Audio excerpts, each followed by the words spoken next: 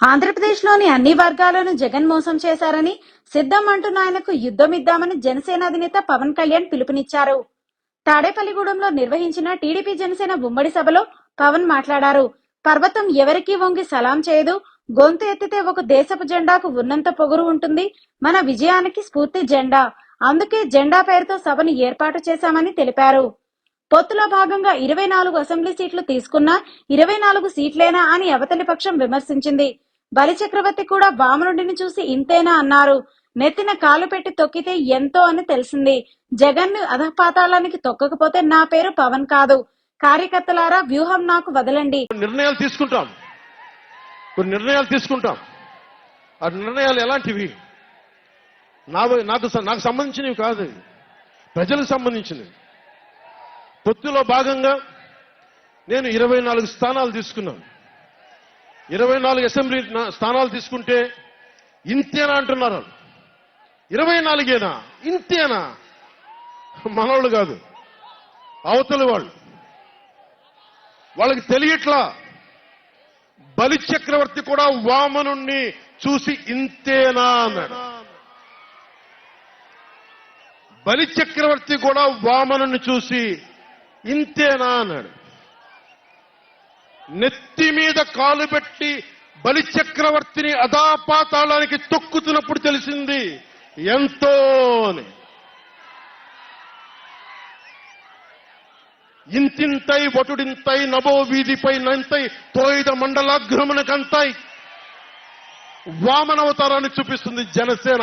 జగన్ గుర్తుపెట్టుకో, అధాపాతాళానికి తొక్కకపోతే నా పేరు పవన్ కళ్యాణే కాదు, మా పార్టీ జనసేనే కాదు.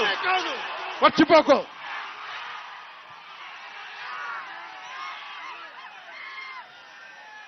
రేపు ఎన్నికలైనప్పుడు వైసీపీ వాళ్ళకి తెలుస్తోంది మనం ఎంతో.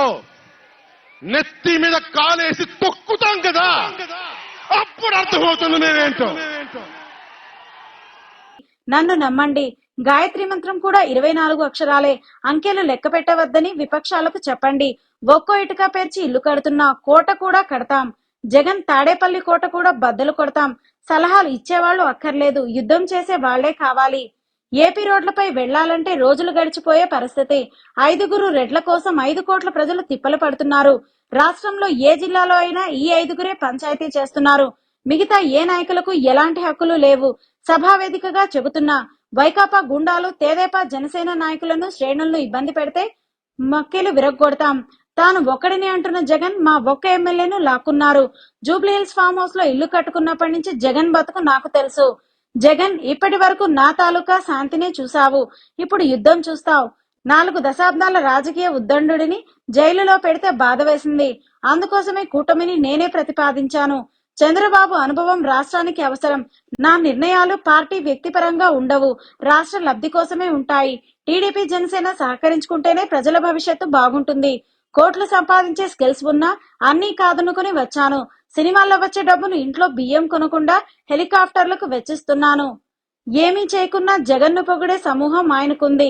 నా సమూహం నన్ను ఎందుకు ప్రశ్నిస్తోంది? నన్ను ప్రశ్నించే వాళ్ళు నాతో నిలబెట్టడం నేర్చుకోండి. నేను ఒక ప్రాంత వ్యక్తిని కాదు. ఓడినా గెలిచినా మీతోనే ఉంటా. కార్యకర్తలారా, నా వ్యూహాలను తప్పు పట్టవద్దు. పవన్ అంటే రాష్ట్ర ప్రజల భవిష్యత్తు, యువత కన్నీళ్లు తుడిచే చెయ్యి. జగన్ను అధపాతాళానికి తొక్కే వామనుడి పాదం. ఒక్కడి ప్రతిఘటన కోట్ల మందికి తిరగబడే ధైర్యం ఇస్తుంది. ఈ సభా వేదికగా యుద్ధానికి నేను శంఖారావం పూరిస్తున్నా. ఈ వైకాపా విధ్వంసకర పాలన ఆపుదాం. ప్రజలకు బంగారు భవిష్యత్తును ఇచ్చే బాధ్యత మా కూటమి తీసుకుంటుంది. టీడీపీ జనసేన గెలవాలి, జగన్ పోవాలి. ఈ కూటమి విజయం సాధించాలని, నరేంద్ర మోడీ మరోసారి ప్రధాని కావాలని కోరుకుంటున్నానని పవన్ తెలిపారు.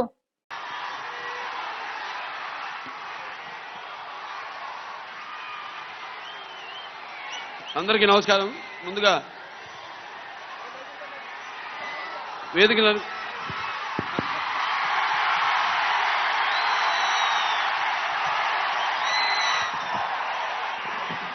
Thank you brother.